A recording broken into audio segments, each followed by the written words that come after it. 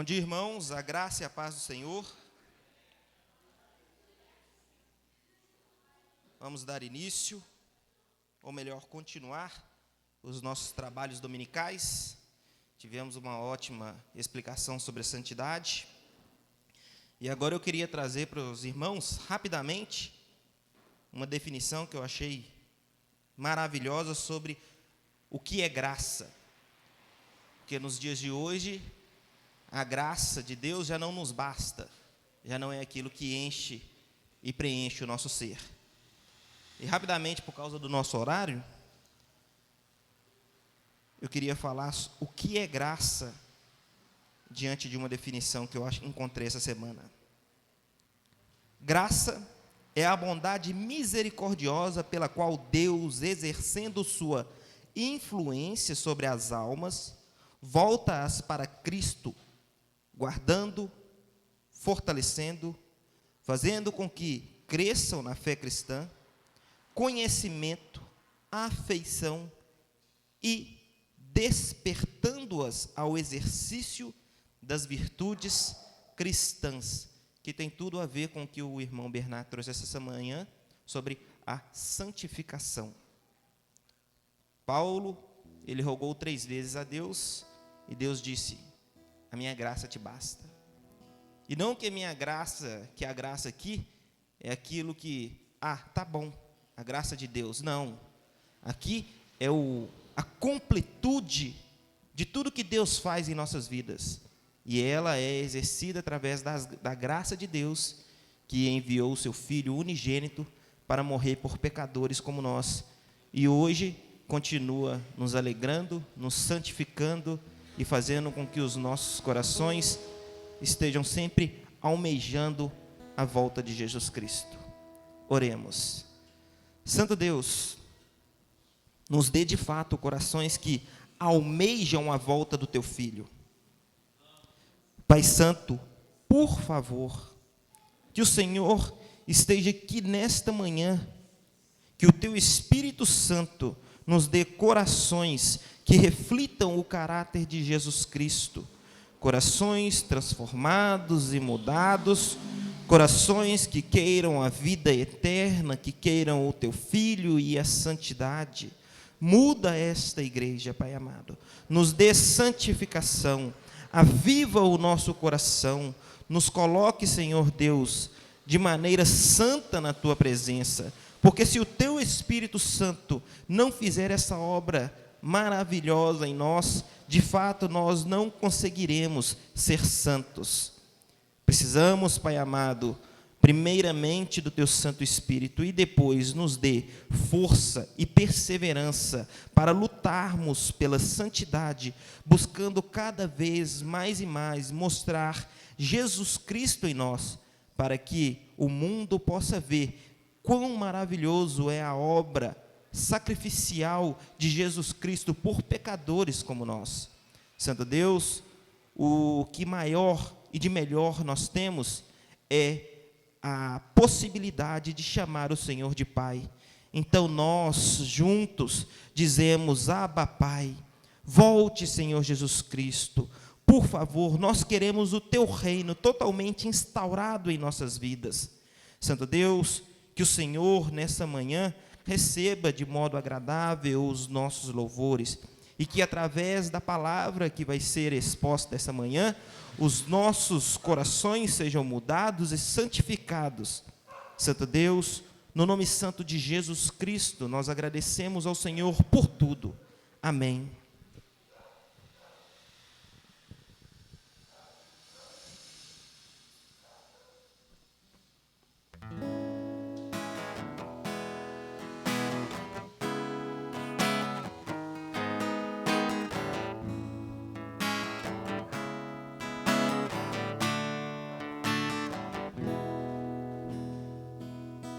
Sinto olhares, Senhor, pra dentro de mim.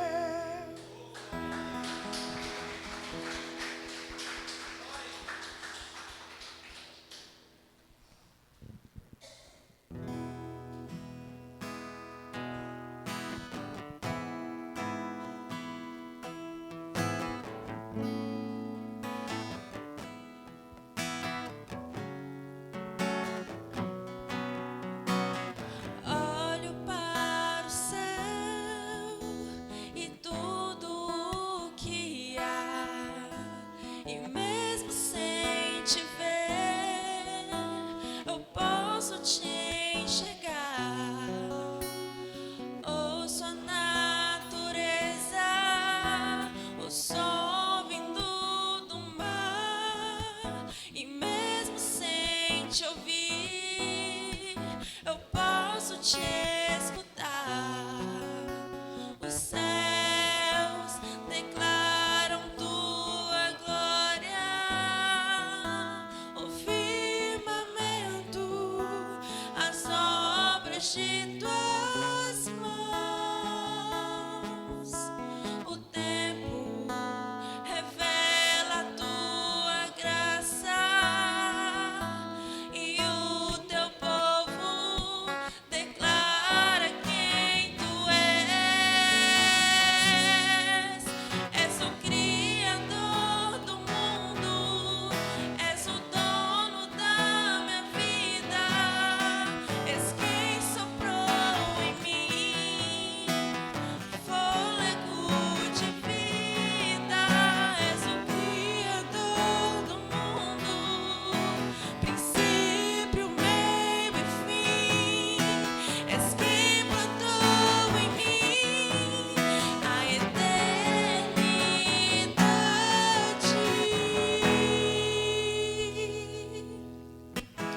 Olho para o céu e tudo o que há, e mesmo sem te ver, eu posso te enxergar.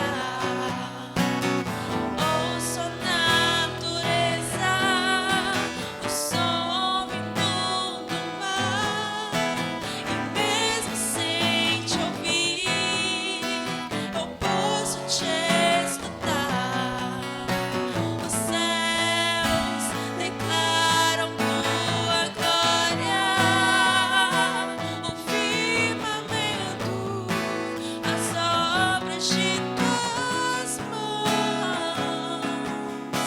O tempo revela a tua graça e o teu povo declara quem tu és.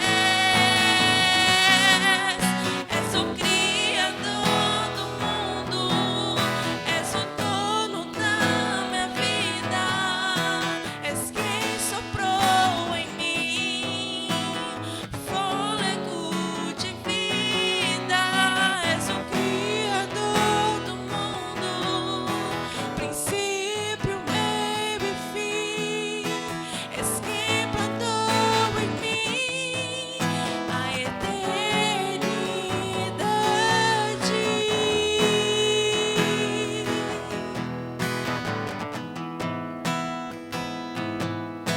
És quem plantou em mim a eternidade.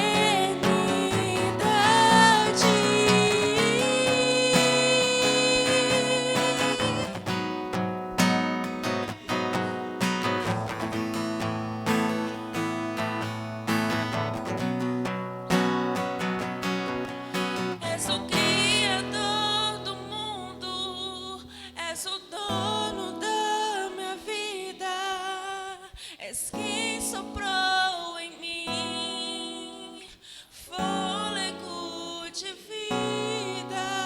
És o Criador do mundo, princípio, meio e fim.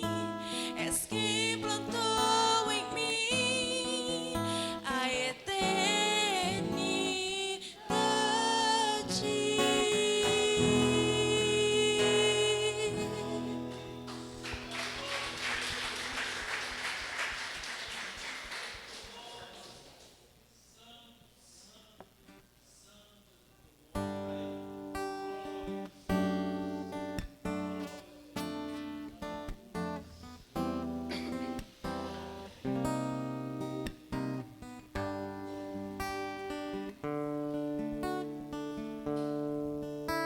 Ao Rei dos Reis consagro tudo o que sou. De gratos louvores transborda o meu coração. A minha vida eu entrego nas suas mãos, meu Senhor, pra te exaltar com todo o meu amor. Eu te louvarei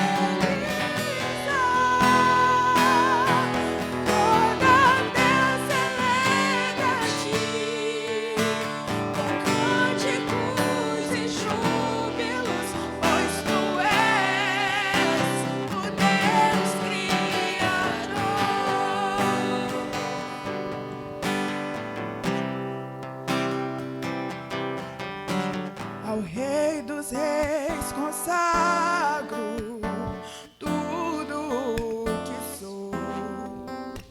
De gratos louvores transborda o meu coração.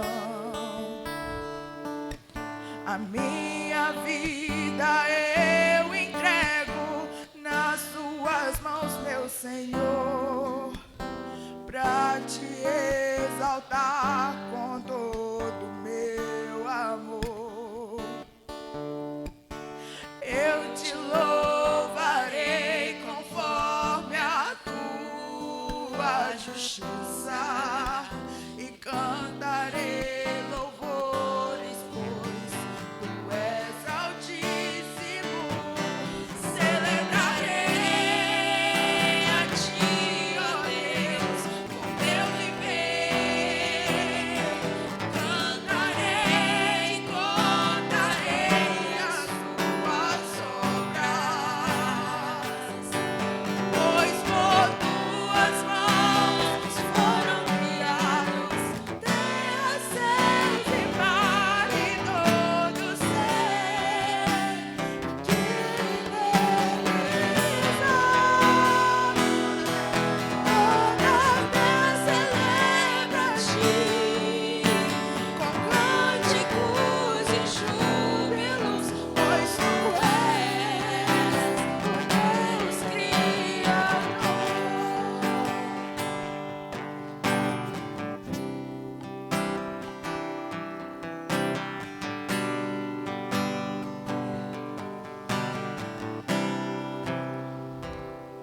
A honra, a glória,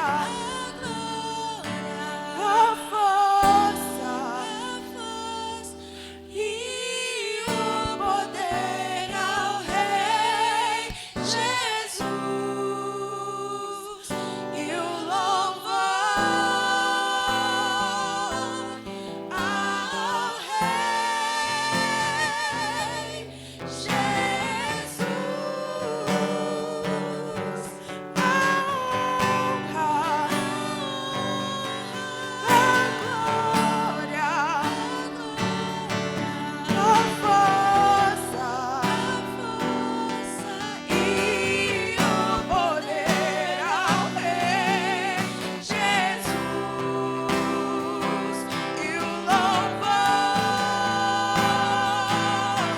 ao Rei Jesus.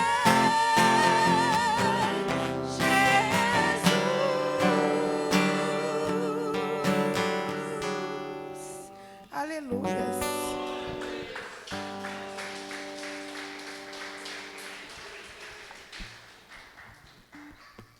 Irmãos, agora nós vamos tirar um momento para os dízimos e ofertas. Eu gostaria de dizer aos irmãos que para doar e receber muito mais, mas a Bíblia, ela não mostra isso. Apesar de nós termos vários pregadores que pregam isso, o que a Bíblia mostra é: dá e você será livre do apego aos bens materiais. Dá e você vai saber viver com aquilo que Deus te deu para viver. Oremos ao Senhor. Santo Deus, abençoe este momento como o Senhor tem abençoado todos os outros. Que tudo aquilo que for depositado nesta manhã sirva para honra e glória do nome de Jesus Cristo e para a santificação da tua igreja. Nos ajude, Pai amado, a cada dia mais e mais mortificar o velho homem e se contentar com aquilo que o Senhor tem para nós e tem nos dado. Santo Deus, que o Senhor possa prosperar na vida dos meus irmãos, segundo aquilo que o Senhor tem para cada um, mostrando a eles que tudo nós podemos naquele que nos fortalece e que saberemos sempre estar bem, seja na fartura ou na escassez, seja na saúde ou na doença, porque o nosso Deus é um Deus poderoso, um Deus bondoso, um Pai que cuida de nós. Em nome de Jesus Cristo, eu oro e agradeço ao Senhor. Amém.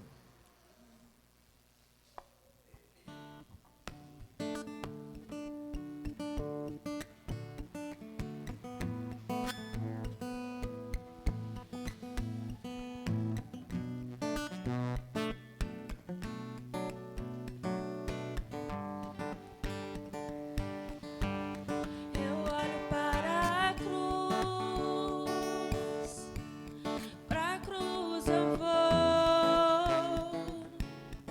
se eu sofrer participar da sua obra, vou cantar. Meu Salvador na cruz mostrou o amor do Pai, o justo Deus.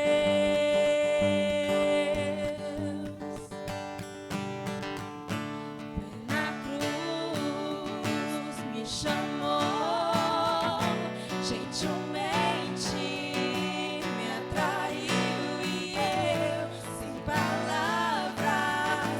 me aproximo, quebrantado por teu amor.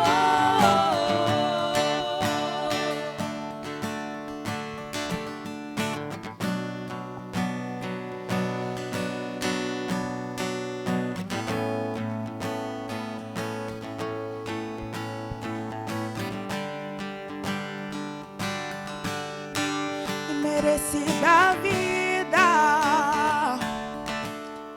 de graça recebi, por sua cruz,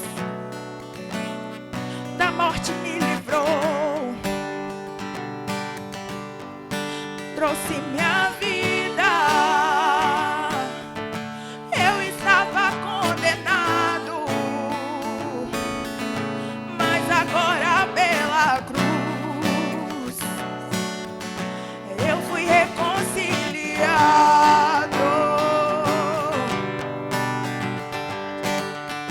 Pela cruz me chamou, gentilmente me atraiu e eu, sem palavras, me aproximo, quebrantado por teu amor.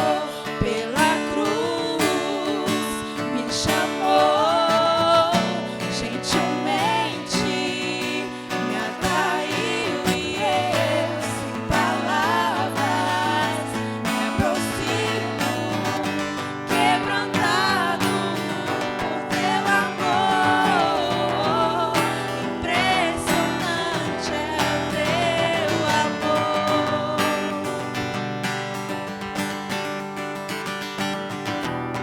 Que me redimiu e me mostrou o quanto é fiel.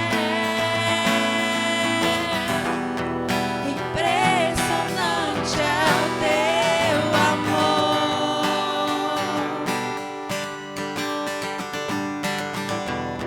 Que me redimiu e me mostrou o quanto é fiel. Pela cruz me chamou, gentilmente me atraiu e eu, sem palavras, me aproximo, quebrantado por teu amor.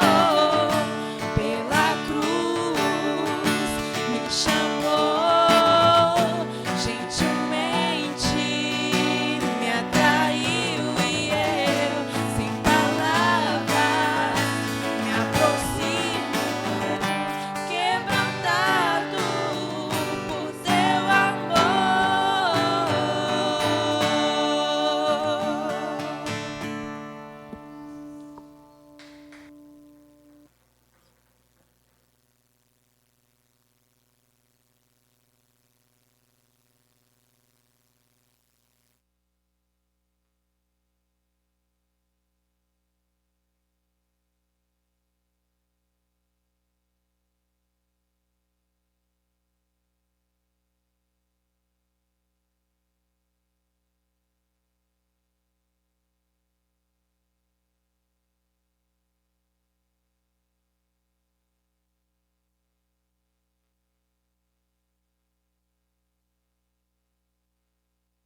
Amém, glória a Deus. Bendito seja o nome do Senhor. que por meio de sua morte na cruz, nos reconciliou consigo mesmo.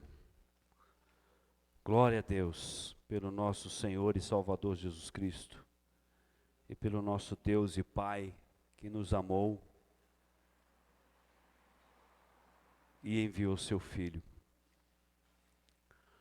Vamos orar.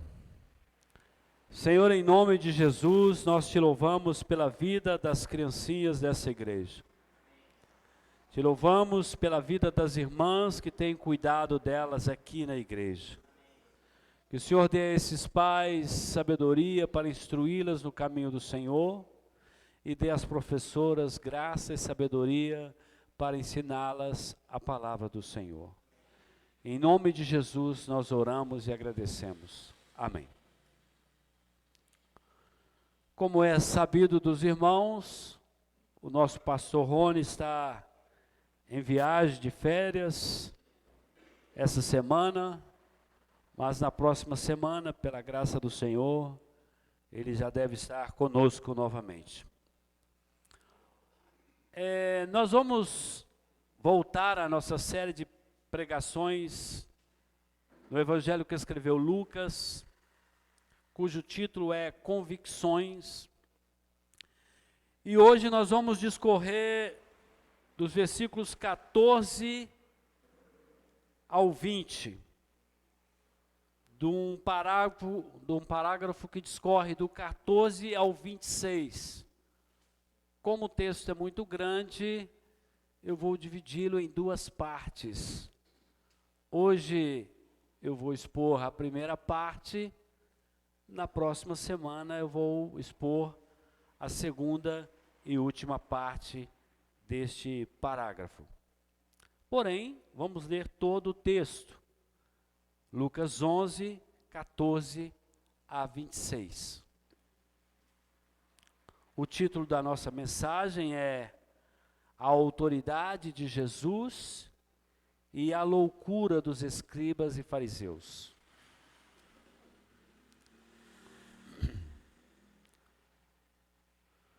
Senhor, fala conosco por meio da Tua palavra. Toma a vida do Teu servo pela unção e o poder do Teu Espírito Santo, trazendo a iluminação do Teu Espírito Santo e a compreensão desta mensagem para as nossas vidas hoje. Pedimos que o Senhor seja engrandecido em todas as coisas, em nome de Jesus Cristo, Teu Filho. Amém. Todos acharam?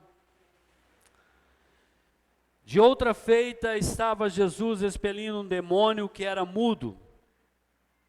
E aconteceu que, ao sair o demônio, o mudo passou a falar e as multidões se admiravam. Mas alguns dentre eles diziam: ora, ele expele os demônios pelo poder de Beelzebu, o maioral dos demônios. E outros, tentando, pediam dele um sinal do céu. E sabendo ele o que se lhes passava pelo Espírito, disse-lhes: todo o reino dividido contra si mesmo ficará deserto, e casa sobre casa cairá.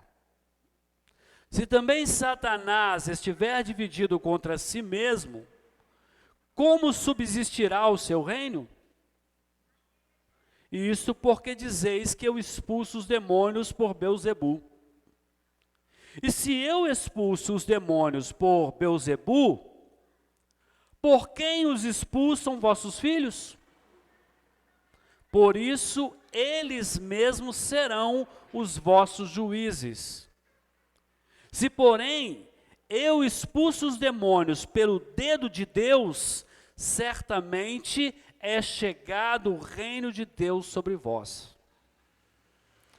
Quando o valente, bem armado, guarda a sua própria casa, ficam em segurança todos os seus bens. Sobrevindo, porém, um mais valente do que ele, vence-o, tira-lhe a armadura em que confiava e lhe divide os despojos. Quem não é por mim é contra mim, e quem comigo não ajunta, espalha. Quando o espírito imundo sai do homem, anda por lugares áridos, procurando repouso, e não achando, diz: voltarei para minha casa donde saí. E tendo voltado, a encontra varrida e ornamentada. Então vai e leva consigo outros 7 espíritos piores do que ele. E quando habitam ali, habitam ali, e o último estado daquele homem se torna pior do que o primeiro. Ora, aconteceu que ao dizer Jesus essas palavras, uma mulher que estava entre a multidão, exclamou e disse-lhe: bem-aventurada aquela que te concebeu e os seios que te amamentaram. Ele, porém, respondeu: antes bem-aventurados são os que ouvem a minha palavra e aguardam. Amém. Podem se sentar.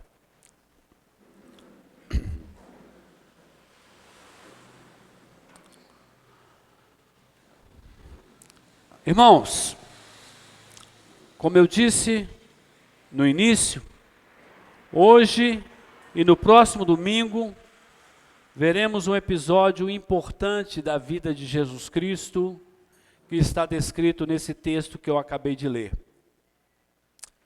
Nessa passagem do Evangelho, nós somos levados a refletir sobre a autoridade de Jesus, sobre a natureza do reino de Deus e sobre a importância de escolher seguir o Senhor.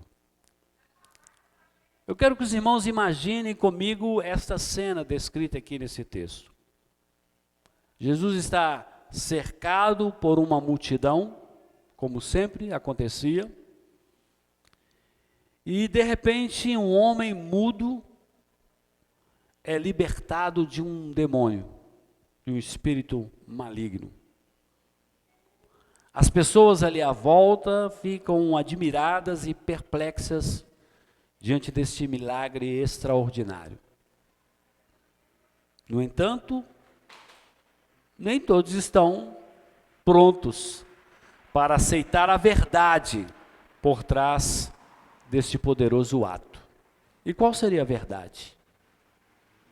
Que o Messias havia chegado, que o prometido Filho de Deus estava habitando entre os homens.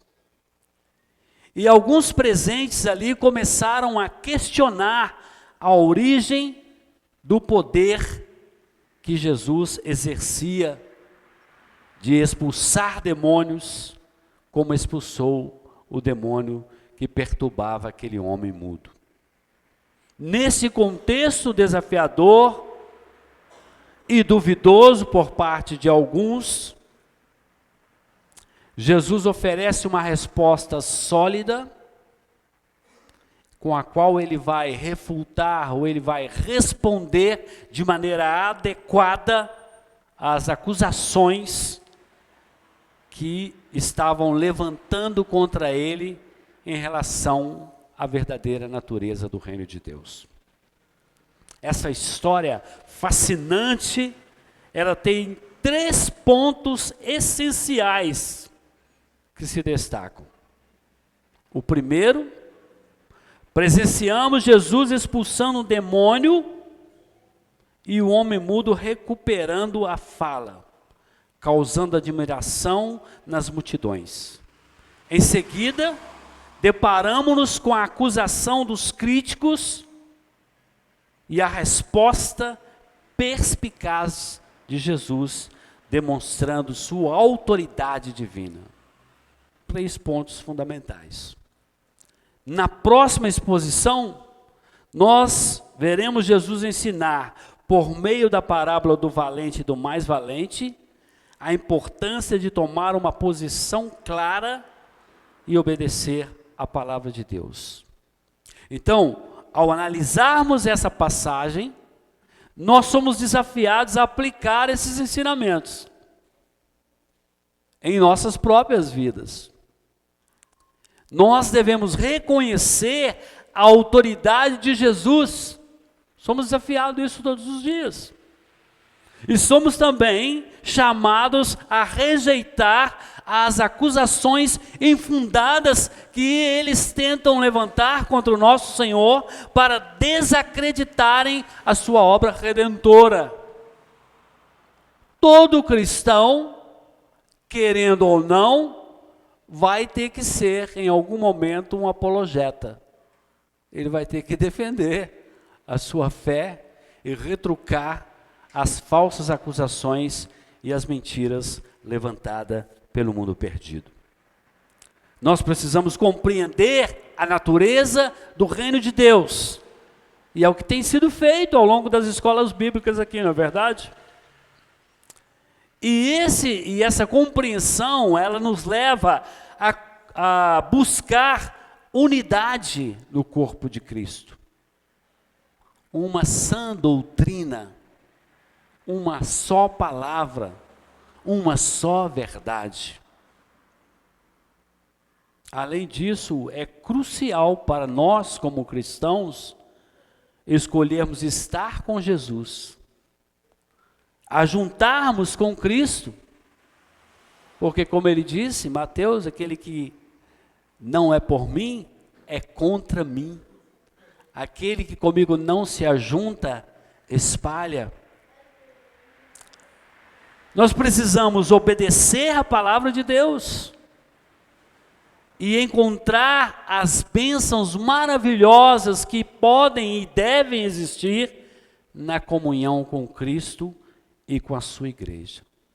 Então, quando nós aplicamos esses princípios, nós experimentamos uma vida de fé comprometida, em unidade, em obediência, em santificação. Nós encontramos plenitude na comunhão com Deus, na comunhão com os nossos irmãos.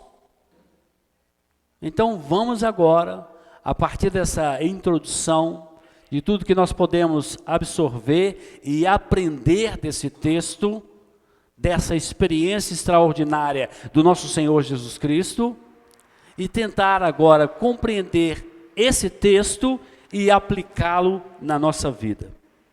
Então vamos seguir para a nossa mensagem. Nós vamos, dos versículos 14 ao 20, nós vamos ver que Jesus expulsa um demônio e em seguida ele é acusado de expulsar os demônios pelo espírito de Belzebu. Esse episódio que Jesus está expelindo o demônio, que havia deixado um homem mudo, Mateus diz algo um pouco mais. Em Mateus 12, 22, o evangelista Mateus diz que esse homem era surdo e mudo. Quando o demônio sai, imediatamente o homem recupera a sua capacidade de falar e de ouvir. Eu fico imaginando, por exemplo, se ele era surdo, como ele ouviu Jesus falar? Porque Jesus não falou com ele.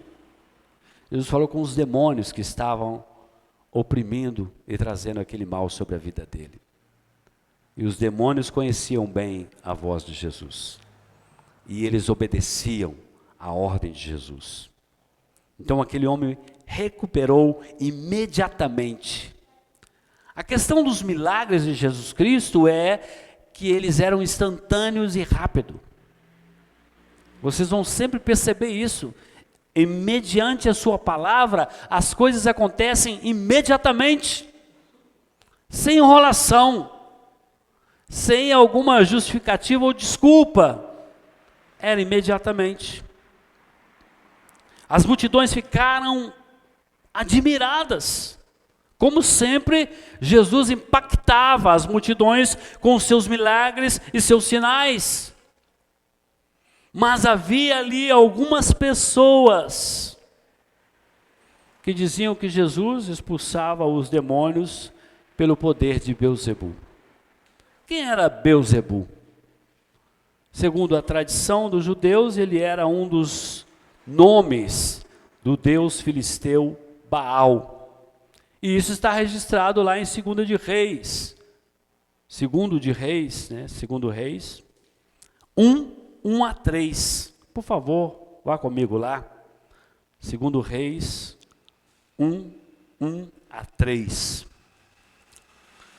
Depois da morte de Acabe, revoltou-se Moabe contra Israel, e caiu Acasias pelas grades de um quarto alto em Samaria, e adoeceu.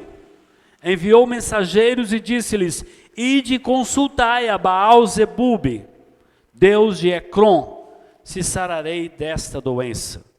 Mas o anjo do Senhor disse a Elias o tesbita: dispõe-te e sobe para te encontrares com os mensageiros do rei de Samaria, e diz-lhes: porventura não há Deus em Israel, para irdes consultar Baal-zebube, deus de Ecrom?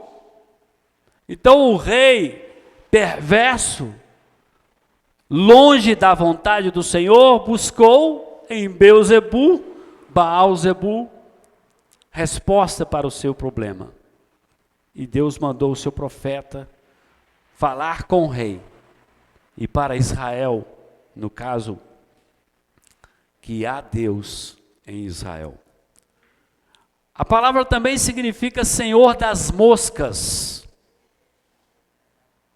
E era conhecido como o maioral dos demônios. Em seu evangelho, Marcos vai dizer um pouco mais. No versículo 22 do capítulo 3 do evangelho que escreveu Marcos 3, 22, diz assim, acompanhem comigo. Os escribas que haviam descido de Jerusalém diziam: ele está possesso de Beelzebu, e é pelo maioral dos demônios que ele expele os demônios. Nós vemos com isso que essa acusação é absurda diante do que eles estavam presenciando. Aqueles homens, escribas e fariseus, eles estavam acompanhando Jesus há muito tempo. E eles viram coisas extraordinárias. Eles viram gestos de compaixão, de amor e de misericórdia que nenhum demônio jamais seria capaz de ter. E eles estavam dizendo uma grande loucura. O texto continua dizendo que alguns entre a multidão afirmavam que Jesus estava expulsando os demônios pelo poder de Beelzebu, insinuando que ele estava associado às forças malignas. E Mateus vai dizer que Jesus conhecia os pensamentos e intenções daqueles que o desafiavam. E ele vai oferecer uma resposta argumentativa para refutar essa acusação de que ele estava agindo pelo poder de Beelzebu. Mas aí eu gostaria de ler um texto com vocês. Está em Mateus também, capítulo 12, que amplia um pouco mais essa questão sobre a gravidade dessa acusação feita pelos escribas e fariseus. O texto diz, Mateus 12,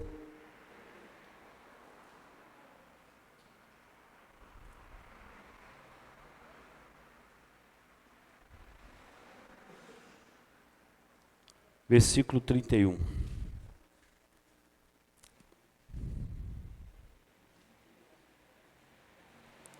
É um dos textos polêmicos da Bíblia, que qual cristão em que em algum momento da sua vida não ficou preocupado com essas palavras, porque não analisou o texto dentro do seu contexto.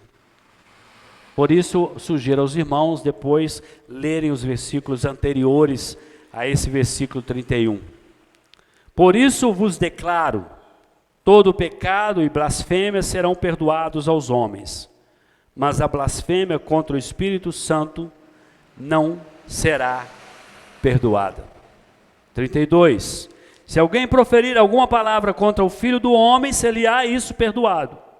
Mas se alguém falar contra o Espírito Santo, não lhe será perdoado, nem neste mundo, nem no porvir. Qual o contexto aqui? Os escribas e fariseus que tinham grande conhecimento das verdades bíblicas, que sabiam por meio da lei e dos profetas que o Messias haveria de vir e que o Messias faria coisas que eles reconheceriam que estavam relacionadas à pessoa do Messias, como a cura de um cego de nascença, cura de um leproso, entre outros milagres específicos que Jesus fez para confirmar e reafirmar aquilo que os profetas falaram sobre ele. Então, quando os escribas e fariseus falavam que aquelas obras de Jesus, que aqueles sinais de Jesus eram por meio de Beelzebul, o príncipe dos demônios, eles estavam cometendo uma blasfêmia terrível contra o Espírito Santo que agia por meio de Jesus Cristo.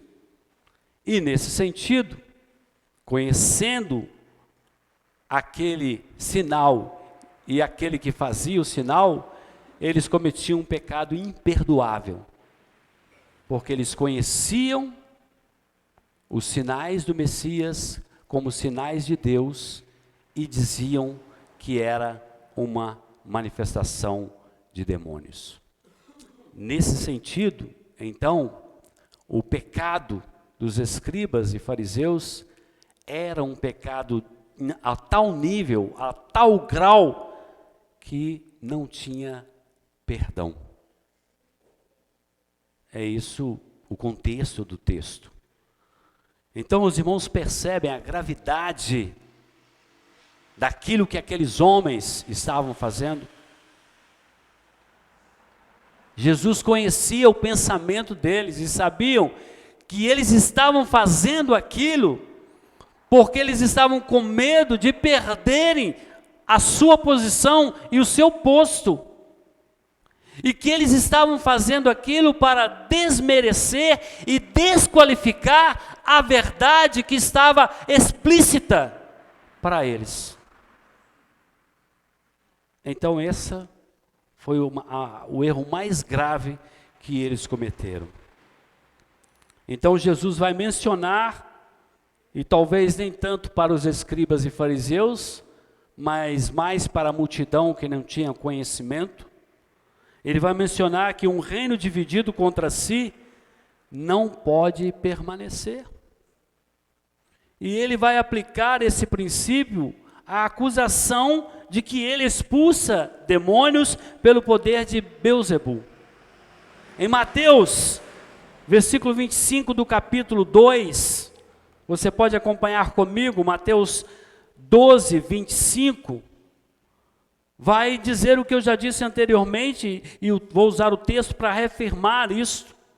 Diz assim: Jesus, porém, conhecendo-lhes os pensamentos, disse: todo o reino dividido contra si mesmo ficará deserto, e toda cidade ou casa dividida contra si mesma não subsistirá. Vocês estão em divisão, rejeitando o Evangelho, rejeitando o Filho de Deus. Como vai subsistir? Vocês estão rejeitando, vocês estão contra aquilo que a lei e os profetas ensinaram a vocês. Se eu expulso os demônios pelo espírito de Beelzebul, então, vejam bem, Satanás vai brigar contra Satanás, demônios vão desentender entre eles. Como que esse reino vai subsistir? Jesus questiona eles dizendo assim: os filhos dos sacerdotes e dos escribas, o que eles usam para expulsar os demônios? Caso a acusação deles seja verdadeira, então em nome de quem? Os filhos dos escribas, dos sacerdotes, expulsam os demônios. Com isso, Jesus está confrontando. Pois se Jesus expulsa os demônios pelo espírito de Beelzebu, e os filhos dos sacerdotes também expulsam pelo espírito de Beelzebu? Eles também expulsavam demônios. Eles faziam ali o exorcismo. E Jesus então afirma para eles que se ele expulsa os demônios pelo dedo de Deus, então o reino de Deus já está presente. E aí, meus irmãos, o confronto é enorme. Porque eles criam que Deus tinha poder de usar homens, no caso os filhos dos sacerdotes, para exorcizar as pessoas e expulsar os demônios. E eles entendiam que isso era pelo poder de Deus. E Jesus da mesma forma expulsa demônios. E a lógica coerente é, demônio não expulsa demônio. Eles podem até combinar entre eles de um sair e outro entrar, mas jamais vão expulsar o outro. Então a contradição deles é terrível. O erro deles é absurdo. E Jesus então vai dizer assim, a importância de estar com ele e ajuntar, em vez de estar contra ele e espalhar. Vocês estão rejeitando o Messias prometido, o Filho de Deus. Vocês estão rejeitando e ao invés de ajuntar com o Filho de Deus, vocês estão espalhando.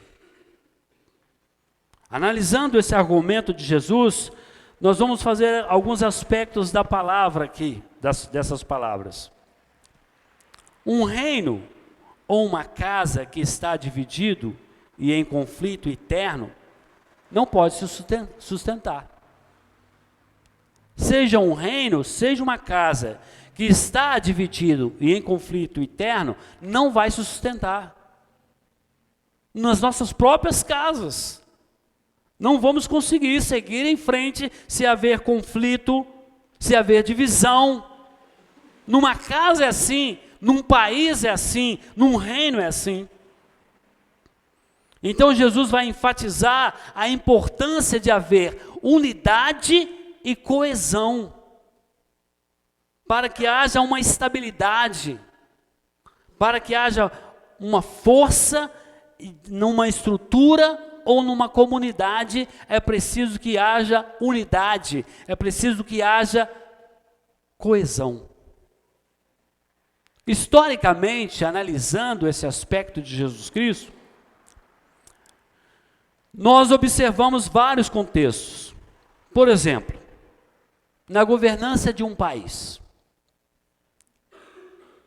é preciso haver unidade, é preciso haver coesão. Um líder ou uma nação dividido por disputas internas, ele tende-se a enfraquecer e ele se torna vulnerável às ameaças internas. Então esse princípio de Jesus traz para nós o seguinte, olha, a divisão, o que ela faz é abalar um reino, uma estrutura, uma família. A divisão, ela traz fracasso no lar, na família, no país, numa empresa. Analisando filosoficamente essa colocação de Jesus, nós entendemos que as palavras dele vão ressaltar a importância da coesão, da unidade e da consciência em diferentes áreas da nossa vida. Desde questões individuais até mesmo em estruturas sociais mais amplas. E aí nós vamos fazer algumas aplicações práticas nesta primeira parte da nossa exposição. Primeiro aspecto, reconhecer a autoridade de Jesus e rejeitar as acusações infundadas. Como cristãos, nós devemos reconhecer a autoridade suprema de Jesus em todas as áreas das nossas vidas. Ao nos depararmos com acusações ou dúvidas sobre a obra de Jesus, nós devemos estar preparados para refutar, para responder à altura, para dar razão da nossa fé, com base nas Escrituras e na revelação de Deus. A grande questão é: Jesus é a suprema autoridade no seu lar, na sua família? É ou não é?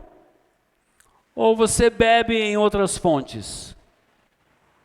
Ou Jesus não é suficiente? E não há nenhum problema em que você busque conhecimento em todas as áreas do conhecimento. Isto é importante. Mas se você tem um Senhor sobre a sua vida, e você é escravo desse Senhor, então todas as ideologias, pensamentos, filosofias e conhecimentos devem estar sujeitos a Cristo e ao seu senhorio. E quando qualquer ideologia, filosofia, pensamento ou conhecimento estiver contrário aos princípios estabelecidos por Cristo e pela sua palavra, eles devem ser rejeitados. Então, para nós, cristãos do século 21 aqui, não há justificativa para aquela ideia pós-moderna de que não existe uma verdade absoluta. Para nós, Cristo é o caminho, a verdade e a vida. Nós, como cristãos, devemos estar capacitados e buscar conhecimento para responder às acusações que tentam desmerecer e desqualificar as obras e ações do nosso Senhor e Mestre. Nós devemos rejeitar acusações infundadas que buscam desacreditar a obra redentora de Jesus. E nós devemos afirmar e reafirmar nossa fé nele como nosso único Salvador e Senhor. Escrevendo aos Filipenses 2, 9 a 11,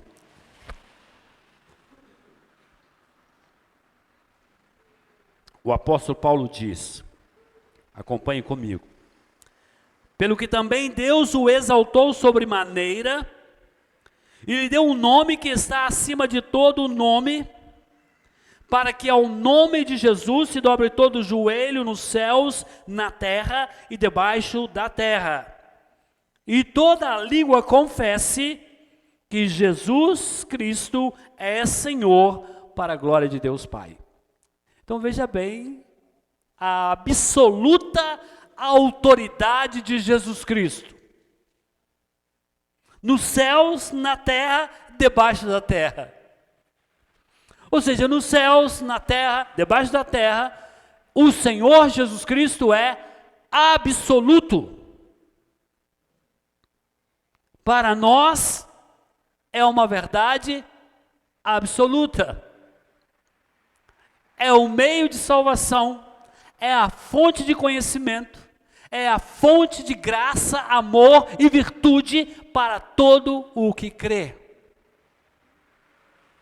O mundo pode até acreditar que não existem verdades absolutas, mas o cristão, para ele, há uma verdade absoluta, que é Jesus Cristo e sua palavra. Segunda coisa importante que nós podemos aprender desse texto para as nossas vidas: compreender a natureza do reino de Deus. O ensinamento de Jesus sobre um reino dividido em si mesmo não pode substituir nada de importante que nós adquirimos para as nossas vidas. O ensinamento de Cristo é suficiente e é uma grande lição para as nossas vidas, esse princípio que Ele nos ensina. O que nós aprendemos com esse princípio? Que nós devemos buscar unidade e coesão dentro dessa igreja. Que nós devemos evitar divisões e conflitos desnecessários. Como pastores, eu e o pastor Rony estamos sempre buscando um entendimento para que não sejamos incoerentes com os irmãos e também para que não possamos dizer uma coisa, eu digo uma e ele diz outra. Nós buscamos também a ajuda de outros irmãos e conversamos com outros irmãos para que possamos estar alinhados naquilo que cremos, nos princípios do Evangelho e da Palavra de Deus. Porque nós entendemos que essa unidade, ela é fundamental na igreja do Senhor. E se você, como membro dessa igreja, porventura tem alguma dúvida em relação a qualquer assunto, e se você discorda de qualquer coisa, você não pode continuar nessa situação. Você precisa procurar os seus pastores e procurar compreender e entender os princípios doutrinários que nós cremos. Quantos aqui já leram a nossa confissão da Igreja Batista de Confissão Reformada? Quantos já leram? Todos já leram, quase todos. Se não leram, leiam. Você está alinhado com aqueles princípios? Você crê que aquilo é verdade à luz da palavra de Deus? Porque só assim nós vamos conseguir caminhar juntos. Um reino dividido contra si mesmo jamais subsistirá. Esse princípio que Jesus estava ensinando ali, naquele momento, para os escribas e fariseus, e também para a multidão que ouvia, não é uma coisa para aquele momento, era uma coisa para aquela hora apenas. Os ensinamentos de Jesus Cristo, eles são atemporais, são para todos os tempos e para todas as épocas, porque são princípios do Criador, do Deus Todo-Poderoso, para todos aqueles que Ele criou. Nós reconhecemos que o reino de Deus está presente, e que Ele vai se manifestar por meio das obras de Jesus, que atua pelo Espírito Santo na vida do salvo. O reino está em nós porque o Espírito Santo habita em nós. E o Espírito Santo é um com o Pai e com o Filho. Portanto, nós temos em nós as virtudes e as características do reino de Deus que precisam ser conhecidas e evidenciadas por meio do nosso testemunho. O apóstolo Paulo vai trazer um grande princípio relacionado a isso que nós tratamos aqui. Em 1 aos Coríntios 12, versículos 12 a 13. 1 aos Coríntios 12, 12 a 13. Diz assim: porque assim como o corpo é um, e tem muitos membros, e todos os membros, sendo muitos, constituem um só corpo, assim também com respeito a Cristo. Pois em um só Espírito todos nós fomos batizados, em um só corpo, quer judeus, quer gregos, quer escravos, quer livres, e a todos nos foi dado beber de um só Espírito. Então agora em Cristo, judeu, grego, gentio, brasileiro, chinês, francês, americano, branco, negro, amarelo, vermelho, todos unidos, todos ligados, com um só propósito, com uma só vontade, pré-estabelecida por Cristo, por meio do seu Evangelho. Terceiro, escolher estar com Jesus e ajuntar em vez de espalhar. Como cristãos, nós somos chamados a tomar uma posição clara a favor de Jesus e de sua obra redentora. Nós devemos nos esforçar para unir os irmãos na fé, promovendo comunhão e edificação mútua na sua igreja. Nós devemos evitar contribuir para divisões e dissensões. Nós devemos priorizar a unidade e a pregação do Evangelho. Então nós aprendemos um princípio importante aqui. Você precisa escolher o seu Senhor e estar disposto a se sujeitar integralmente a Ele. Às vezes, meus irmãos, há muitos cristãos que dizem ser cristãos, que dizem cumprir com tudo aquilo que se espera de um cristão, mas em alguns momentos ele não professa Jesus. Alguns locais ele não consegue colocar Jesus. Ele consegue na igreja, ele consegue desenvolver bem com a pessoa de Jesus, mas no trabalho dele ele tem dificuldade de assumir Jesus, de reconhecer Jesus. E às vezes ele consegue isso no trabalho, mas na escola ele tem dificuldade. Porque na escola o evangelho é taxado como uma coisa ultrapassada, como algo de loucura das pessoas. Na faculdade ele vai aprender sobre o evolucionismo. E há um conflito, porque há um conflito entre criacionismo e evolucionismo. Então eu trago Jesus aqui e para ele Jesus é retrógrado, é ultrapassado, é coisa de doido, coisa de fanático. Cristão precisa assumir Jesus em qualquer lugar, ou senão não é cristão. Então se você não está com Cristo, integralmente, totalmente, você está espalhado. Se você não se ajunta com Ele, você vai se espalhar. E o que é espalhar, né? Imagine as crianças aqui, o exemplo para as crianças. O menino está com a caixinha cheia de brinquedos, né?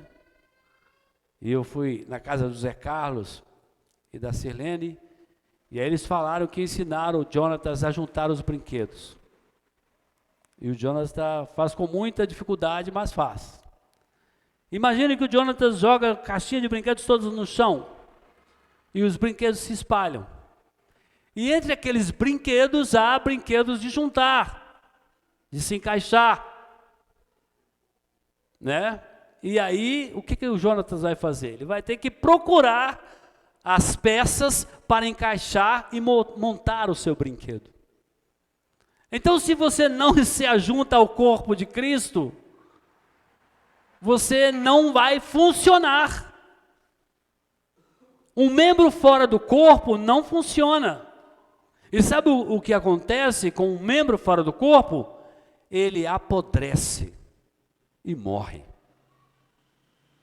Você está com Cristo, então você precisa estar ligado ao corpo. Como uma pessoa pode dizer que está com Cristo e não frequenta os cultos? Como a pessoa pode dizer que está com Cristo e não assiste à escola bíblica e não ouve as pregações e não adora o Senhor? Não está com Cristo. Não se ajunta ao corpo de Cristo. Não se ajunta ao corpo cujo cabeça é Jesus Cristo. então vai se espalhar. E aquele que se espalha não está com Cristo. Em Efésios 4, versículos 2 e 3, Efésios 4, 2 e 3, diz assim: com toda a humildade e mansidão, com longanimidade, suportando-vos uns aos outros em amor, esforçando-os diligentemente por preservar a unidade do Espírito no vínculo da paz. Então, esses são alguns princípios que nós podemos tirar dessa mensagem para nós hoje. Vamos à conclusão da nossa mensagem de hoje. Nós vimos que Jesus foi acusado de expulsar demônios pelo poder de Beelzebul. Nós percebemos que essa acusação, ela era uma acusação infundada e absurda diante dos fatos que eles presenciaram, tanto os escribas e fariseus como as multidões. Nós vemos que Jesus refutou essa acusação, argumentando que um reino dividido jamais pode subsistir. Nós aprendemos como aplicar esses princípios à nossa própria vida. E nós também entendemos que nós devemos reconhecer a autoridade suprema de Jesus, que nós devemos rejeitar as acusações infundadas que buscam desacreditar a obra redentora, que nós devemos compreender a natureza do reino de Deus, e a natureza do reino de Deus refere-se à unidade, coesão dentro da igreja, para que possamos ser testemunhas vivas do Evangelho, como nós vimos aqui, citado a oração sacerdotal de João 17, na sua oração Jesus diz: Pai, que eles sejam um como eu e ti, para que o mundo creia que tu me enviastes. Essas verdades nos convidam, meus irmãos, a reconhecer a autoridade de Jesus em nossas vidas. Também nos ensina a buscar unidade dentro da igreja. Nos ensina a priorizar a uma posição, nos ajuda a priorizar a propagação do Evangelho e a seguirmos esses princípios que fortalecem a nossa fé para darmos testemunho. Então, encerramos por aqui essa primeira parte. Na próxima semana, nós veremos a segunda parte desse texto. Amém? Deus os abençoe. Vamos ficar de pé. Vamos orar.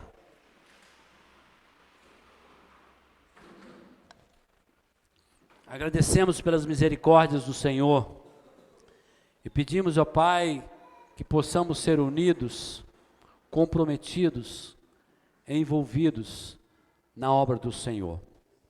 Que haja harmonia de pensamento, que haja harmonia na nossa comunhão uns com os outros.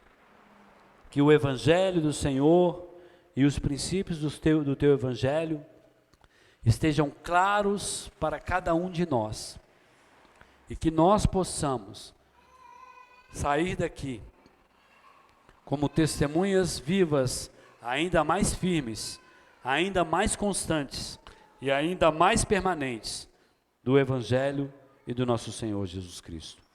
Oramos em nome de Jesus. Algum aviso? Os livros continuam à disposição dos irmãos. Agradeço a presença de todos os irmãos que estão conosco esta manhã, aqueles que estão nos visitando. Amém? Deus abençoe a nossa irmã ali e todos os demais irmãos, né? Agradecemos aí a Deus pela misericórdia dele para com a nossa irmã Dora, que estava afastada por causa da gripe, muito forte, mas está aqui conosco, glória a Deus. Pela recuperação da minha mãe, que apesar de ter feito a cirurgia, ela está se recuperando. E também pela recuperação da nossa irmã Ana Luísa, né? Glória a Deus, bendito seja o nome do Senhor. Vamos orar, encerrando o nosso culto. Sim, terça-feira, oração aqui na igreja, às 7h30 da noite. E na quinta-feira nós estamos estudando a carta de Paulo aos Romanos. Amém? É isso aí. Pai, nós agradecemos a Ti por esta manhã maravilhosa na Tua presença. Pela vida de cada um dos irmãos e irmãs que estiveram conosco aqui, desde as 9 até agora. Pela vida daqueles que não puderam estar aqui, e que o Senhor possa, meu Pai, em nome de Jesus, despertar aqueles que estão desanimados, fortalecer aqueles que estão enfraquecidos, e abençoar aqueles que estão impedidos por alguma enfermidade de estarem aqui. Que o Senhor continue abençoando o teu povo e a tua igreja, abençoando o nosso pastor e sua esposa na viagem, e que o Senhor esteja conosco todos os dias, como o Senhor tem sempre estado. Nós te agradecemos em nome de Jesus Cristo, teu Filho. Que a graça do nosso Senhor e Salvador Jesus Cristo, o amor de Deus, o nosso eterno Pai, as doces e suaves consolações do Espírito Santo, seja com todos que aqui estão e com todo o povo de Deus, em toda a face da terra, agora e para sempre. Amém. Vão em paz. Deus os abençoe.